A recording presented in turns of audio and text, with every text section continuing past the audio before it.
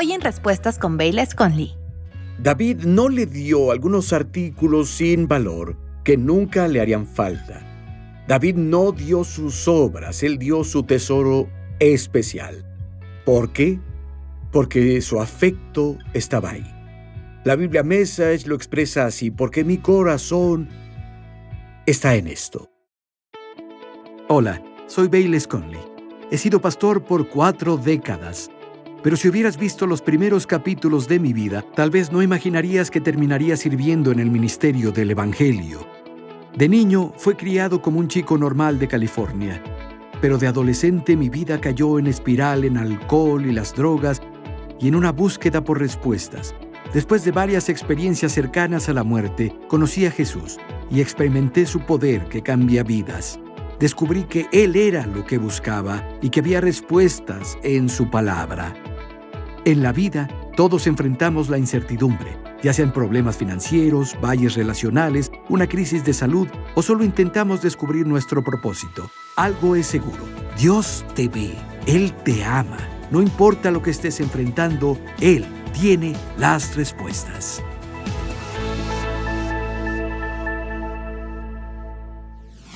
Hola, amigo. Tengo algo que compartirte que, curiosamente, es un tema que hace que más personas se molesten, más que cualquier otra cosa de las que les quieras hablar. De hecho, hay un par de cosas que, si hablas de ellas, pueden molestar a la gente. Uno, si hablas de sus hijos, sobre la crianza de sus hijos. Algunas personas solo, eh, no se adhieren exactamente a los parámetros bíblicos o instrucciones bíblicas cuando se trata de criar a sus hijos. A veces, especialmente si lees el libro de Proverbios, algunas de las cosas que tienes que hacer cuando eres un hijo desobediente, varios dirán: bueno, eso no puede estar bien, va en contra de la psicología moderna, pero, ¿sabes? Cuando la Biblia dice una cosa y la psicología moderna dice otra, ¿cuál está mal? Sí, no es la Biblia. La segunda cosa que a veces molesta a la gente es de lo que hablaré hoy y tiene que ver con dar. Escucha, habrá algo en este mensaje para todos y cada persona que escuche. Hay algo que Dios quiere decirte en esto y es es tan vital para nuestras vidas. La historia que leeremos viene de Primera de Crónicas, capítulo 29, donde David y todo Israel se han reunido y él los instruye y anima para la construcción de la casa de Dios.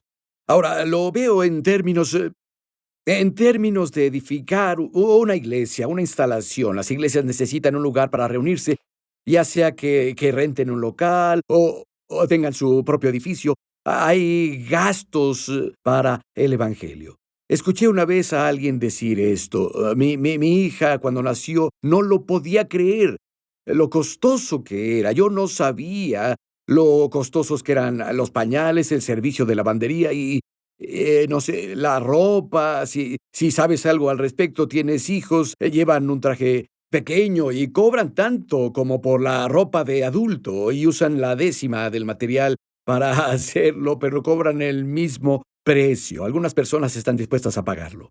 La comida para bebés puede ser costosa. Él dijo luego: cuando ella creció, oh por Dios, debía tener los últimos zapatos o los tenis y tener esto y tener aquello, y fue muy costoso. No podía creerlo y terminamos inscribiéndola en una escuela privada y eso fue increíblemente caro. Luego conoció a un joven y se iba a casar y tuve que pagar la boda. Fue muy costoso.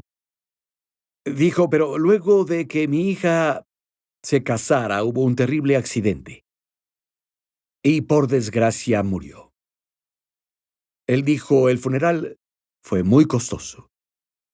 Dijo: pero desde que mi hija murió y fue al cielo, no nos ha costado nada en absoluto. El punto es este: las iglesias que están vivas y dan vida tienen un costo para ellas. Pueden ser costosas, pero las iglesias muertas, oye, no cuestan nada. Mientras una iglesia esté viva y creciendo, así como la hija del hombre estaba viva y creciendo físicamente y emocionalmente y en una experiencia, eso implica un gasto. Lo mismo ocurre con una iglesia. Y de nuevo, en nuestra historia de Primera de Crónicas 29, todo Israel se reúne. David los está animando a construir la casa de Dios. Y hay 4 aspectos de la historia de los que quiero hablarles. Son pertinentes para cada una de nuestras vidas, en especial en relación con dar a la obra de Dios y dar al Evangelio. Alguien dirá, el Evangelio es gratis. Es cierto, el Evangelio es gratuito, pero el medio para llevarlo al mundo puede ser costoso. Entonces, aquí están los 4 aspectos de la historia. Primera, el propósito. En segunda, el corazón. En tercera, la invitación. Y la cuarta, la oración. Quiero leerles el versículo 1 y habla del propósito. David habla y dice, además, el rey David dijo a toda la asamblea, mi hijo Salomón, el único que Dios ha elegido, es joven e inexperto, y la obra es grande, porque el templo no es para el hombre, sino para el Señor Dios. La casa de Dios, el templo que construyen, dice, la obra es grande, pero no es para el hombre, es para el Señor Dios. Ahora, los hombres servirán ahí, los hombres adorarán ahí, los hombres escucharán la palabra predicada ahí, los hombres tendrían compañerismo ahí, pero al final lo estaban construyendo para la gloria de Dios, para el nombre de Dios y para su propósito. Y así es para cada iglesia. Hombres y mujeres sirven ahí, hombres y mujeres adoran ahí, las personas oyen la palabra ahí, las personas tienen compañerismo ahí, pero al final se está construyendo y ellos edifican para el nombre de Jesús, para que pueda ser glorificado y magnificado. No hacemos lo que hacemos para hacernos un nombre. Cuando edificamos una iglesia o rentamos una instalación para hacer reuniones y enseñar la palabra de Dios, o cuando enviamos a un evangelista o a misioneros, creamos instrumentos para que los propósitos de Dios se lleven a cabo. Una iglesia debe ser un lugar de refugio para los cansados, un lugar desde donde la gloriosa luz del Evangelio pueda brillar a las naciones de la tierra. David dijo que la obra es grandiosa, porque es para Dios, es grande en alcance, es grande en belleza, es grande en calidad. Y David no estaba dando sus obras y el pueblo no daba sus obras a Dios porque la obra era grande y era para Dios. Tenía un amigo, está en el cielo ahora, pero pastoreó una gran iglesia en Europa. Y yo prediqué ahí muchas veces también. No era un edificio súper opulento, era un edificio bonito, cabían unas 2,000 personas y lo llenaban. Era una iglesia que estaba viva e impactaba en esa región con un evangelio como pocas otras iglesias lo habían hecho en la historia de ese país jamás. Mi amigo me comentó que una familia prominente de la iglesia lo invitó para ir a su casa a cenar una noche. Ahora, hemos oído decir, predicador, ponga atención, no existe un almuerzo o una cena gratis. Las personas quieren contarte algo o quieren algo de usted. Sé que eso no es siempre cierto, porque hay personas que solo quieren bendecir a su pastor y bendecir a su ministro, y no es para convencerlo de hacer esto o aquello porque quieran que algo cambie o que quieran algo personal del ministro. Pero en este caso, bueno, tenían un tipo de agenda.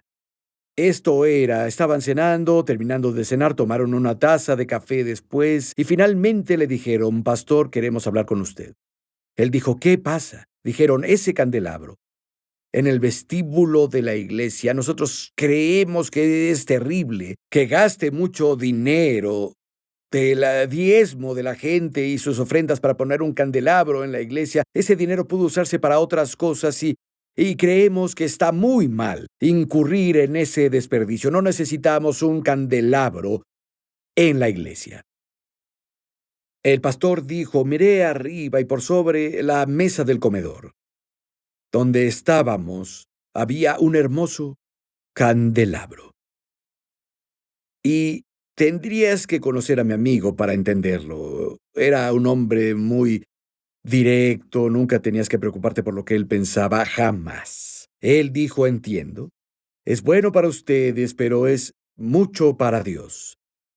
Dijo, la casa de Dios debe tener lo mejor. La casa de Dios es grandiosa. Te invertirías en esto para ti, pero te ofendes cuando hacemos algo así para la casa de Dios. No tenían una sola palabra que decir.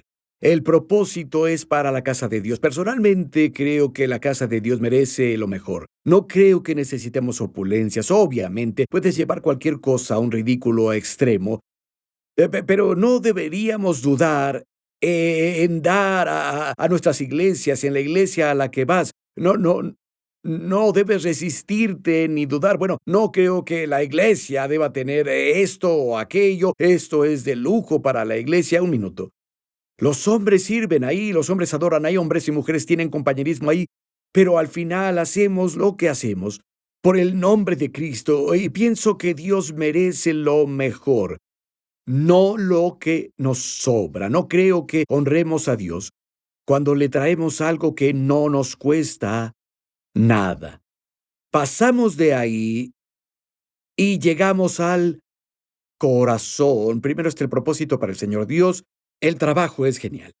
En segunda es el corazón. Quiero leerles el versículo 2 y versículo 3. David está hablando. Él dice, ahora, para la casa de mi Dios he preparado con todas mis fuerzas oro, para las cosas de oro, plata para las cosas de plata, bronce para las cosas de bronce, hierro para las cosas de hierro, madera para las cosas de madera, piedras de ónice, piedras para engastar, piedras relucientes de diversos colores, toda clase de piedras preciosas y losas de mármol en abundancia. Ahora observen que él habla de todas estas cosas, pero lo que quiero que entiendan, dijo, lo preparé con todas mis fuerzas. Eso es significativo. En el versículo 3 dice, además, por cuanto he puesto mi afecto en la casa de Dios, he dado a la casa de mi Dios más que suficiente. Todo lo que he preparado para la casa santa, mi tesoro especial de oro y plata. Ahora, cuando David habla de dar a la casa de Dios y prepararse para la casa de Dios, dice, lo he hecho con todas mis fuerzas y he dado más que suficiente. ¿Por qué haría eso? ¿Por qué usaría ese lenguaje? Recuerda, él está animando a las personas. Les dice a las personas lo que ha hecho. Él dijo, por esto lo he hecho, porque he puesto mi afecto en la casa de mi Dios. Porque ahí está mi afecto.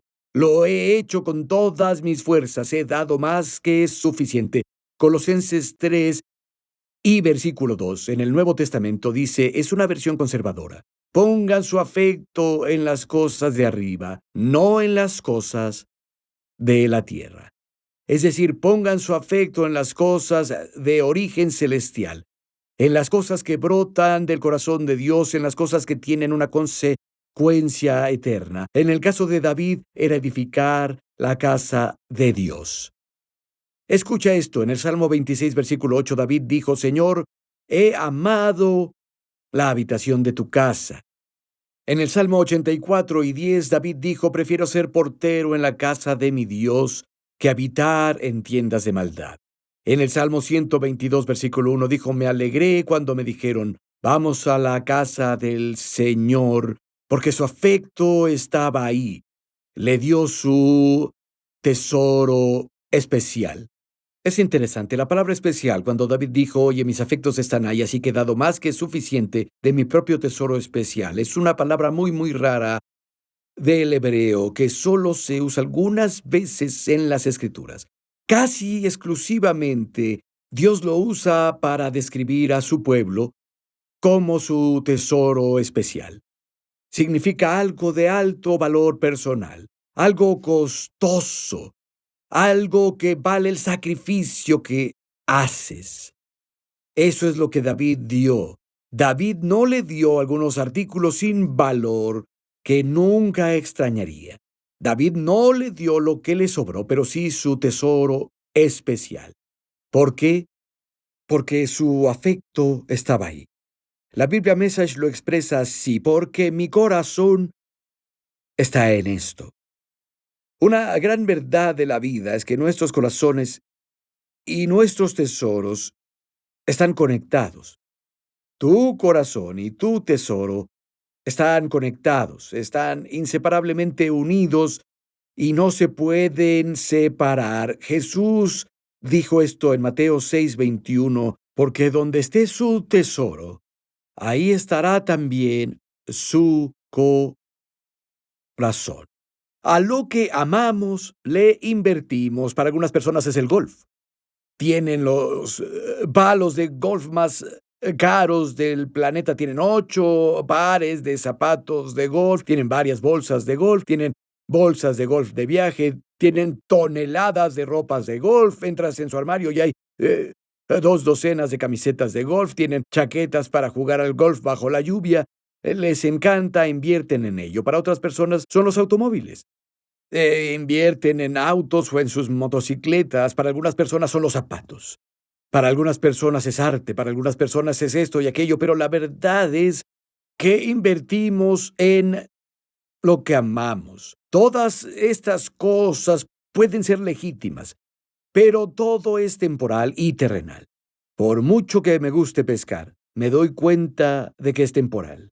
Va a pasar y es terrenal. Por el contrario, está lo eterno, o lo que, aunque temporal en sí mismo, tiene consecuencias eternas. La casa que David edificó era temporal, pero tenía consecuencias eternas. La iglesia a la que vas, el edificio, es temporal. El estacionamiento donde los autos se estacionan, la pila bautismal que tienes en tu iglesia, lo que sea. Estas cosas son temporales, lo entendemos, pero también tienen consecuencias eternas. Las personas pueden oír la palabra de Dios ahí, se pueden salvar, pueden restaurar sus matrimonios, pueden ser liberados por la verdad en la palabra de Dios. Jesús dijo, conocerás la verdad. Si permanecen en mi palabra, serán mis discípulos y conocerán la verdad, y la verdad los hará libres. Uno de los principales lugares a donde vamos a oír la palabra predicada a través de las vasijas ungidas es la casa de Dios en la iglesia.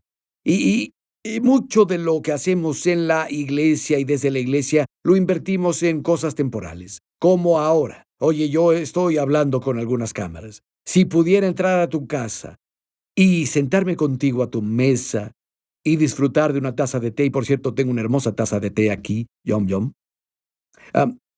Si pudiera disfrutar de una taza de té contigo y hablar sobre la Biblia, tal vez tengas algunos asuntos con tus hijos, tal vez tengas preguntas sobre cosas, tal vez no tenga todas las respuestas, pero ¿sabes qué? Sé cómo orar.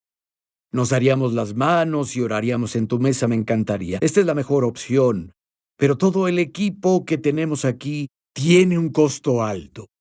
Luego lo doblamos a muchos idiomas. Tal vez estés escuchando esto en farsi, tal vez lo escuches en árabe, tal vez lo escuches en español, tal vez lo escuches en francés, tal vez escuches esto en varios dialectos indios a los que doblamos esto. Tal vez me escuches en alemán, tal vez me escuches en ruso. Doblamos y subtitulamos a todos estos idiomas y bastantes más.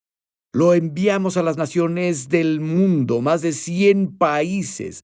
Escucha, es un tremendo gasto hacer eso, pero vale la pena, porque estamos alcanzando almas eternas. La verdad es que todos los gastos a los que incurrimos, si solo te alcanzan a ti y te llevan a una relación con Cristo desde la perspectiva del cielo, vale la pena. Jesús dijo, ¿qué gana el hombre? ¿De qué le aprovechará si gana el mundo entero y pierde su alma? Según Jesús, un alma vale más que todo el mundo físico. Así de valiosa es una persona. Entonces, sí, hay un gasto incluso en hacer lo que hacemos ahora, pero tiene una consecuencia eterna.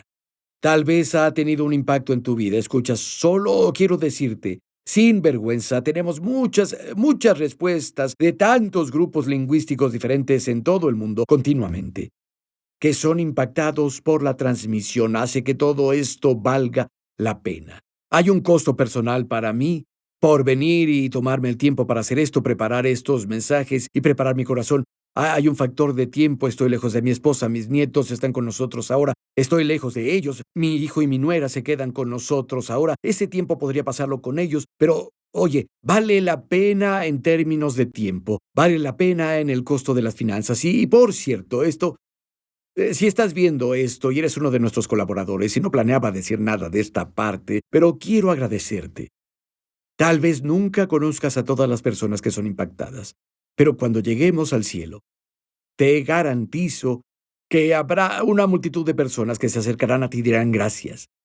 No sabes quién soy, pero gracias a tu ofrenda, a la transmisión de la iglesia de Cottonwood, cuando Bayless Conley hablaba a la cámara y llegó a mi aldea en mi idioma materno y escuché sobre Jesús por primera vez y fui salvo, y mis hijos fueron salvos, mi esposa fue salva. Ganamos a varias otras personas en nuestra aldea, se inició una iglesia y esto pasó y aquello pasó. Luego alguien más vendrá y dirá, escuchaba la palabra de Dios y mi matrimonio estaba al límite, había sido infiel. Y yo no sabía de qué se trataba el amor de Dios. Jesús vino a mi vida porque escuché el Evangelio. Y Dios cambió mi matrimonio y lo rescató. Y ahora tenemos una familia sólida. Dios nos está usando para ministrar a otras parejas y luego alguien más vendrá con otra historia y otra historia. Sí, invertimos en algunas cosas que son temporales. Pero ¿sabes qué? Tienen una consecuencia eterna. Eso es algo muy, muy importante. Así que ese es el corazón de esto. Estamos hablando de la eternidad, hablamos de consecuencias eternas. Luego llegamos a la invitación. Y eso se encuentra en el versículo 5. Quiero leértelo. David habla de preparado mi tesoro especial, más que suficiente con todas mis fuerzas. He intentado esto. Esta casa es para el Señor y tiene que ser grande. Luego David, al final del versículo 5, dijo, ¿quién pues está dispuesto a consagrarse hoy al Señor? ¿Quién pues está dispuesto a consagrarse al Señor? La palabra consagrar, la palabra hebrea literalmente es ¿quién llenará su mano para el Señor? La Good News Translation lo expresa así: ¿quién más está dispuesto a dar una ofrenda generosa al Señor? ¿Quién más va a llenar su mano como lo he hecho yo con una ofrenda generosa? Cuando nuestro corazón está lleno de afecto por la casa de Dios y por las cosas de su reino, no es difícil llenar nuestras manos de apoyo para su casa o apoyo para su reino. De nuevo, nuestros corazones y nuestros tesoros están unidos siempre. ¿Quién entonces va a llenar su mano y dar una ofrenda voluntaria y generosa a la obra de Dios?, preguntó David. Una característica sobresaliente de sus donaciones es que no eran obligatorias. No fue presionado. Estaba dispuesto. David dijo, ¿quién pues estará dispuesto? ¿Quién está dispuesto a hacer esto? En el versículo 17, lo leeremos luego, dice que David dijo, he dado voluntariamente. David voluntariamente entregó su propio tesoro especial. En el versículo 6 dice que los líderes de la nación dieron voluntariamente. Y luego en el versículo 9 dice que el pueblo dio voluntariamente. Todos estaban felices con lo que hacían.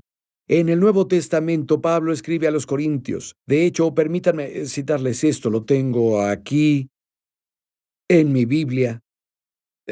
Pablo escribió a los Corintios. De hecho, dedicó casi un par de capítulos hablando de dar una ofrenda. Usó a los cristianos macedonios ahí en Filipos, que habían dado tan generosa y sacrificialmente a la obra de Dios. Apoyaron el ministerio de Pablo mientras iba a otras ciudades y compartía el mensaje de Cristo en otros pueblos. Pablo, en su mensaje, en 2 de Corintios capítulo 8 y capítulo 9, los usa de ejemplo para los corintios. Él dijo, solo quiero decirles, tienen que saber sobre la generosidad de los macedonios. Él dice, es esta obra de gracia en su vida y quiero ver a Dios hacer la misma obra de gracia en tu vida para que tú también puedas dar generosamente. En 2 de Corintios capítulo 9, versículo 6, Pablo dice esto, específicamente habla de dar finanzas al Evangelio. Podría ser para construir una iglesia, podría ser para enviar a un misionero, podría ser para construir una nueva ala para niños en la iglesia, podría ser para algo en un edificio o una escuela bíblica, podría ser para enviar programas por televisión o hacer cosas en las redes sociales para difundir la palabra de Cristo, etcétera, etcétera, etcétera. Entonces, Pablo les escribe esto en 2 Corintios 9, versículo 6.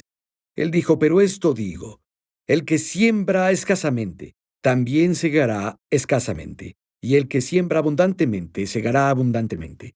Ahora Pablo habló de dar y lo comparó con sembrar semillas con plantar. Él dice, si plantas un poco, si das escasamente y no das mucho, te regresará de la misma manera, pero si das abundantemente, con un corazón generoso, volverá a ti de la misma manera. Escribió a los Gálatas y les dijo, nadie se burla de Dios, no te dejes engañar, todo lo que el hombre siembra, eso también cosechará. En Lucas 6:38, Jesús dijo, oigan, den y se les dará, medida buena, apretada, remecida y rebosante se les dará en su regazo. Ahora, el contexto ahí es dar perdón y mostrar amor, pero es aplicable a todos los ámbitos. Cuando damos y cómo damos, vuelve a nosotros medida buena, apretada, remecida y rebosante. El siguiente versículo aquí en 2 Corintios capítulo 9, versículo 7, dice, así que cada uno dé como se propuso en su corazón.